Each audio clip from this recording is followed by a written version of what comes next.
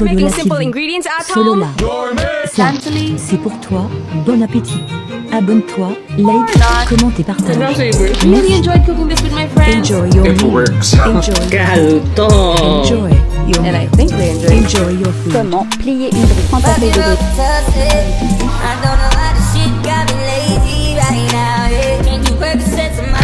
Powder and some mustard makes those smooth.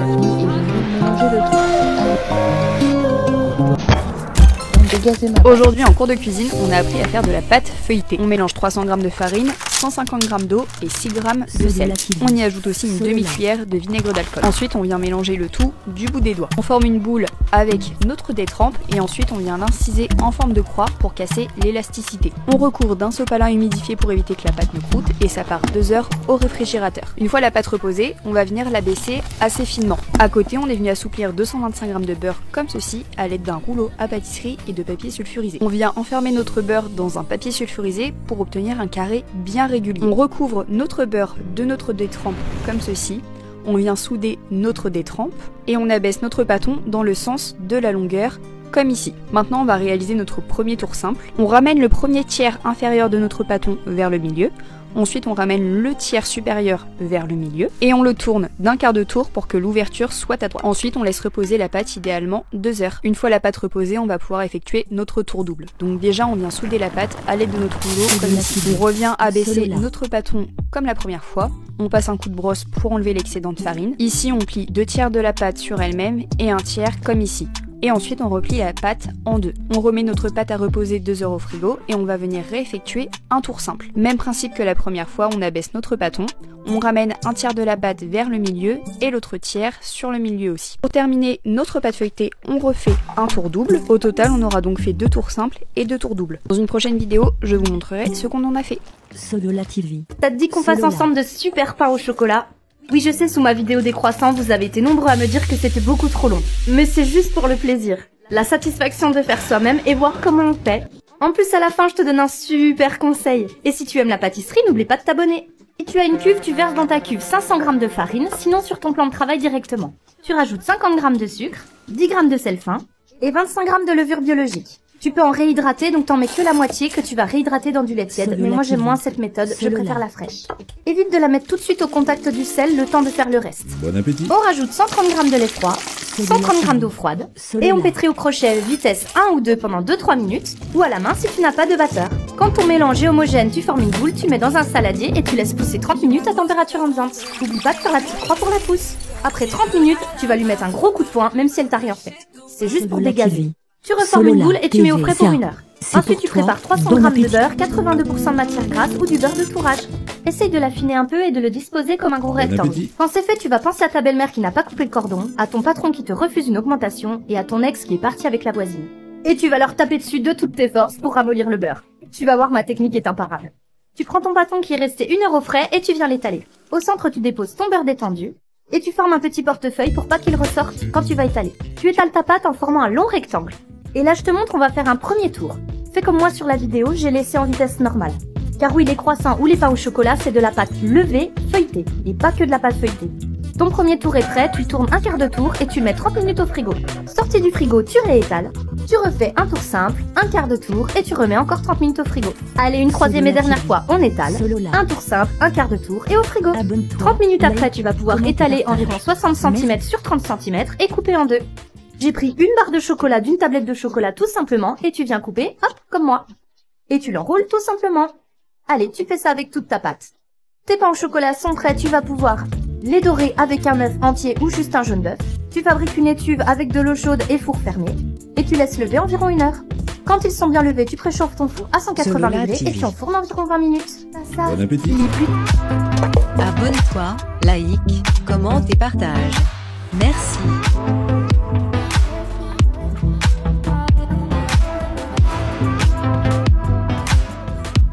Sodola TV. Solola.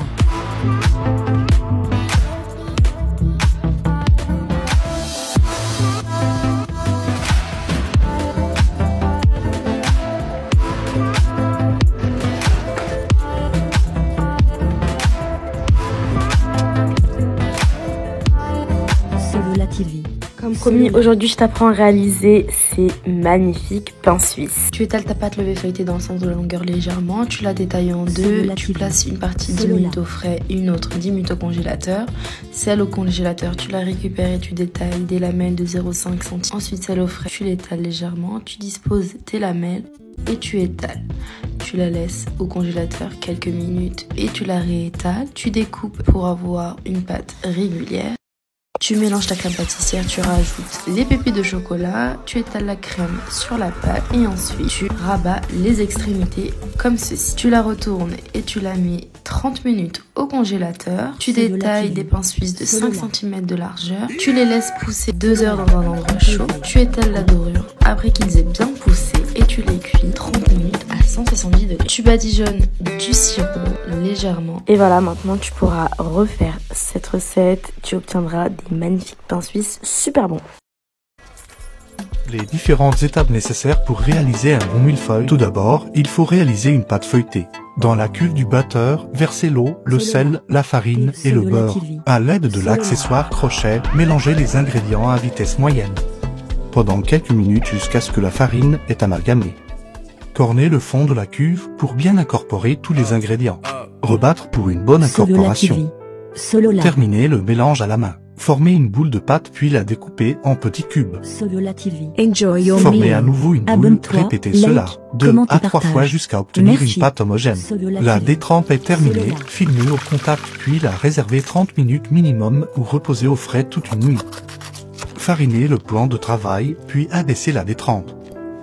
Écrasez le beurre de tourrage et donnez la forme d'un rectangle. Ensuite, déposez le beurre de tourrage sur la détrempe. Rabattre la détrempe sur le beurre de tourrage.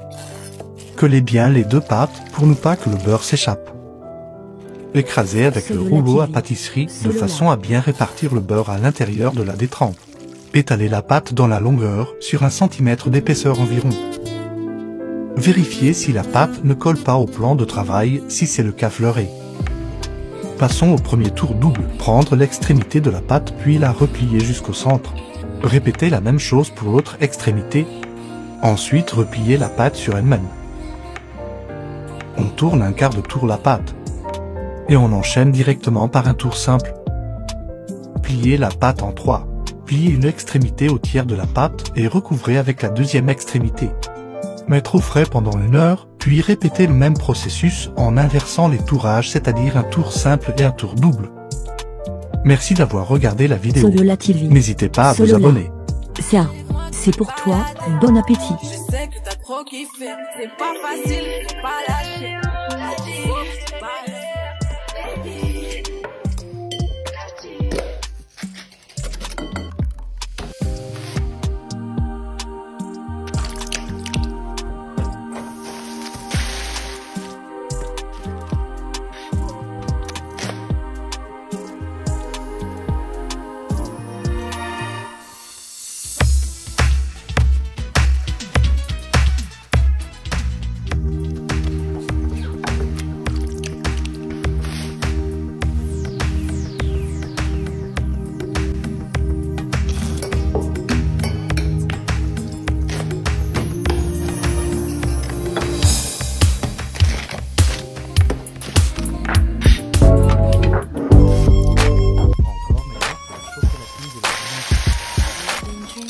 Solola TV.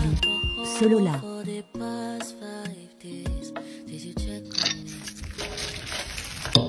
Solola TV. Solola.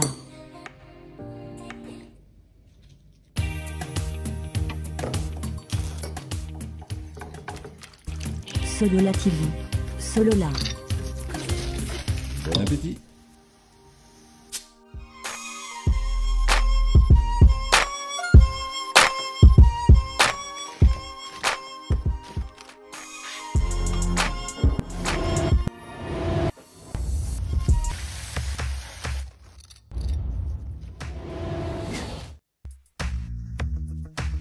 Bon appétit.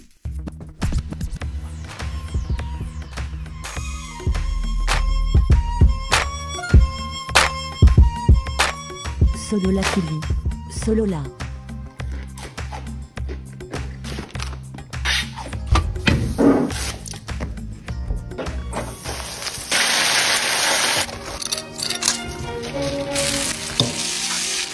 Solola TV.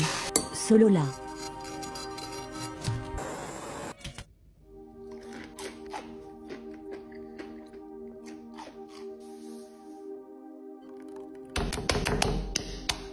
Solola TV.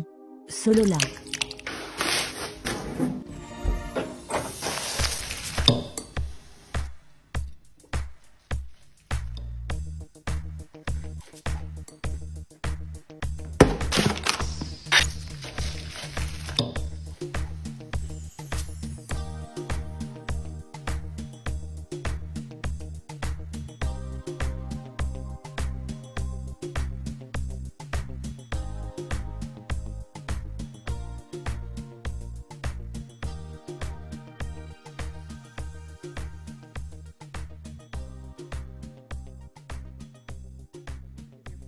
Solola TV. Solola. Solola. Abonne-toi, like, commente et partage. Merci.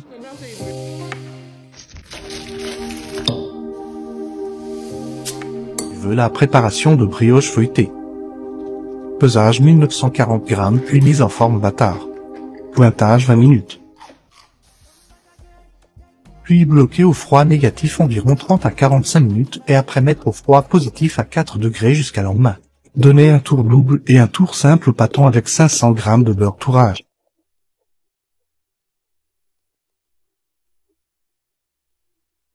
Laissez reposer minimum 1 heure au froid à 4 degrés. Abaissez au laminoir à 5,5 mm, largeur du pâton 41 cm. Détaillez des bandes de 5 cm de large sur 50 cm de long.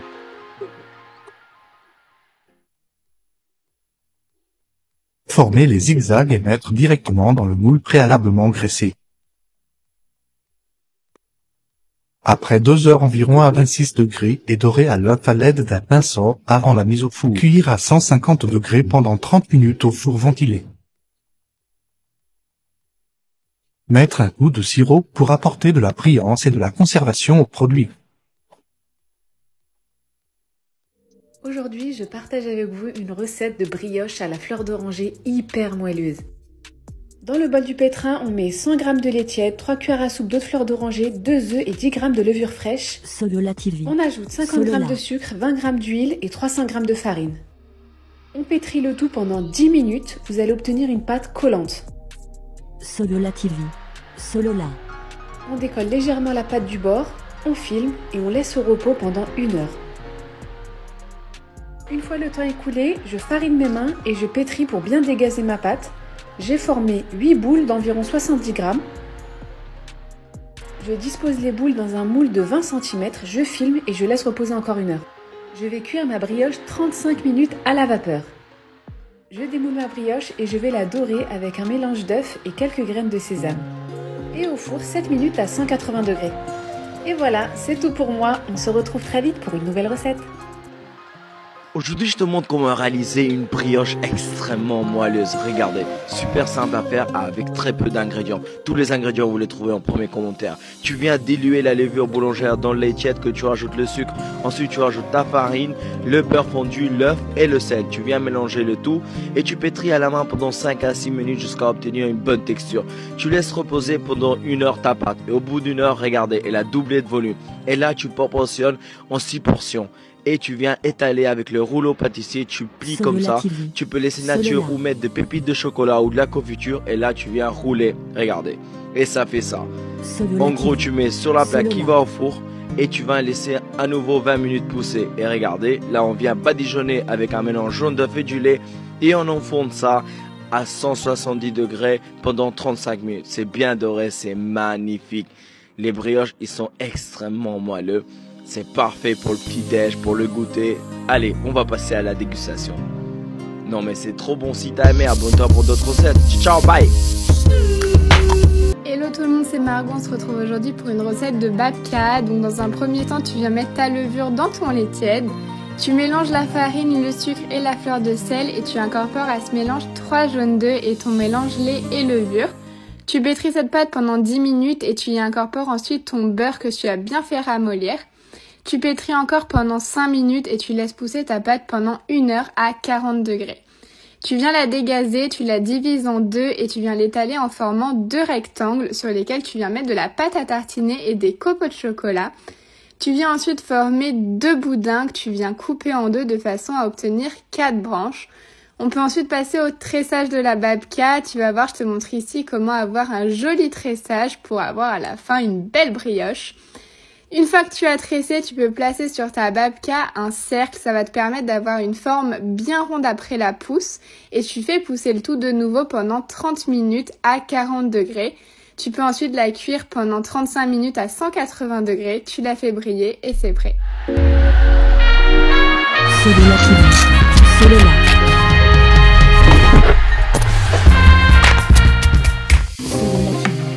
Solola. Solola TV. Solola. Abonne-toi, like, commente et partage. Merci.